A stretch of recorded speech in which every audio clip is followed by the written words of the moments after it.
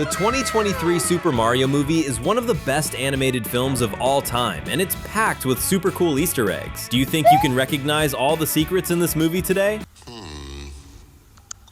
In the scene where Mario and Luigi are watching TV, a reporter is talking with the mayor of New York because there's a flood happening. The mayor of the city is actually the character Pauline, and she is very important to Mario's story. She existed before Princess Peach as Mario's love interest, and in fact, she was originally meant to be the character Olive Oil from the Popeye cartoon. Nintendo's original plan was to create a game based on that cartoon, but it didn't work out, so the plumber hero and Donkey Kong ended up being created instead. Pauline in today's games is the mayor of Donkey Kong City, and she's also a superstar singer. Will she appear in the next movie meeting the gorilla? Today we've got many secrets to show you. You know what's starting. It's another awesome Cinewave! At one moment when Mario and Luigi are called to fix a plumbing problem, there's construction blocking the two of them from passing through. That's when they decide to go past the barriers, and the whole scene is built like a level from the old games, where everything is in 2D and the camera moves sideways, showing the rest of the screen. At the end, Mario himself jumps onto a flagpole, just like in the final scenes of the classic games, and reaches a castle. This was a beautiful homage to the old games. Still in the same scene, when they reach the castle, which is actually a burger shop, we see two adults taking a child inside. That child is a blonde girl dressed in pink, and this is a direct reference to Princess Peach, since in the older games, Mario almost always found the princess at the entrance of the final castle. Did you notice that detail? In the flood scene, when Mario and Luigi fall into the sewer, they break through and go across a wall. The shape the wall has after being broken is exactly the shape of Mario's head, but in the old format from when screens had low resolution and everything looked made of squares. Only the older fans noticed this one. When Mario falls into the Mushroom Kingdom, we can see that he arrives in a garden and a yellow butterfly flies away. This scene is actually a reference to the ending of the game Super Mario Galaxy, where our hero is sleeping and a butterfly just like that is also nearby. Now we know that this was also a clue to the base game of the next movie, which releases in April this year. When Princess Peach is training Mario, we see that she makes a combat arena appear. This training area is actually a 3D version and a tribute to the game Super Mario Maker, where the strongest Mario players can create their own arenas and share them with others. At the same time, the combat arena between Mario and Donkey Kong is a reference to the level screen from the classic Donkey Kong game, with the red platforms and blue ladders where the old Mario had to climb to defeat his gorilla enemy. That really was a great reference, don't you agree? In Toad City, one character we missed was Toadette, the female version of the Toads, but she appears on a poster in the middle of the city, and almost nobody saw it. Another Easter egg that only older fans noticed was during the Plumber Brothers commercial video. The music in the clip is actually the opening theme from the old TV show, The Super Mario Bros.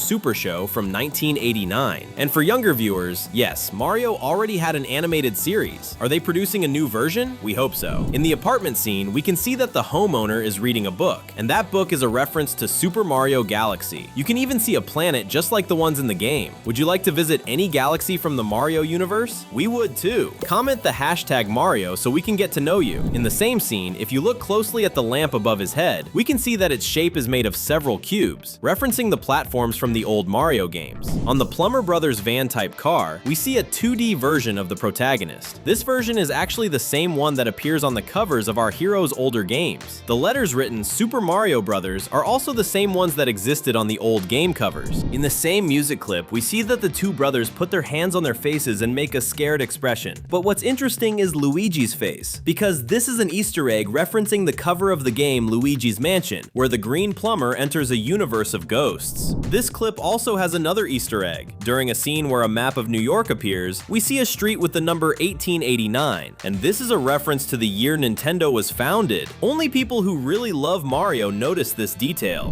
The two brothers were watching the video clip scene in a pizzeria called Punch-Out! This is the name of an old Nintendo boxing game, one of the most iconic and that made history in the world of video games. There is also a reference to the old game Duck Hunt, where the player had to shoot a duck, otherwise a dog would laugh at you for missing the shots. Next to Mario's head, we can see a painting of the duck from the game, and near Luigi's head, another painting with the image of the game's scenery, the green grass, the tree, and even the duck flying. Going back to the apartment, we see the image of the dog from the Duck Hunt Punch-Out game painted in a picture in the background of the house scene, and he makes the same expression from when he laughs at you for missing the shots. Have you ever played Duck Hunt? That's an old school one. Now, in the pizzeria, we see some pictures that are characters from the Punch-Out game we explained, but the coolest detail is the Mario game's level end flag, which is right next to Luigi's head. Still in the pizzeria scene, we can see a character at an arcade machine, and he is playing Donkey Kong. This is a really cool reference, but there's another even better one. This character playing has a design very similar to the first version of Mario, when the character had only Donkey Kong as an enemy. And if you're not subscribed yet, you know what to do.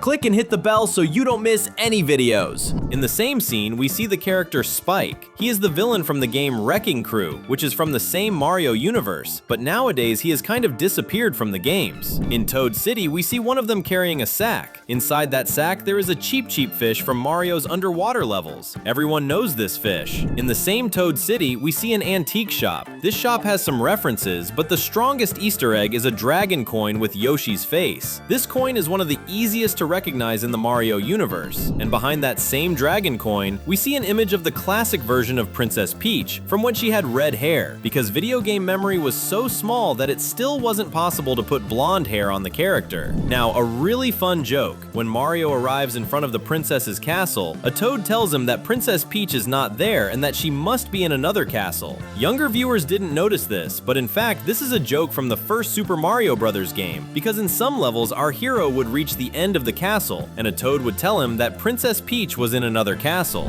Now, inside Princess Peach's castle, we see a map with some countries and islands from the Mario universe, and on the southernmost island, there is a reference that only very hardcore Nintendo fans recognized. The shape of that island looks very much like the Nintendo 64 controller, one of the greatest classics in gaming. Now, a reference to a character we still haven't seen. On the brand of the villain Bowser's piano, it says Ludwig von Koopa. This is a double reference because there really is a Koopaling with that name, and he is one of Bowser's children and a general of one of King Koopa's armies. But it's also a reference to the musician Ludwig van Beethoven, because in the scene Bowser is playing a piano. In the scene of the fake wedding between Bowser and Peach, we have a really cool Easter egg in the villain's outfit, because that white suit is actually the same version of the outfit Bowser wore in Super Mario Odyssey after he kidnapped the princess once again to marry her. Now, something you already know, but that needs to be on our list because it's a legendary scene, it is, without a doubt, the Rainbow Road race scene.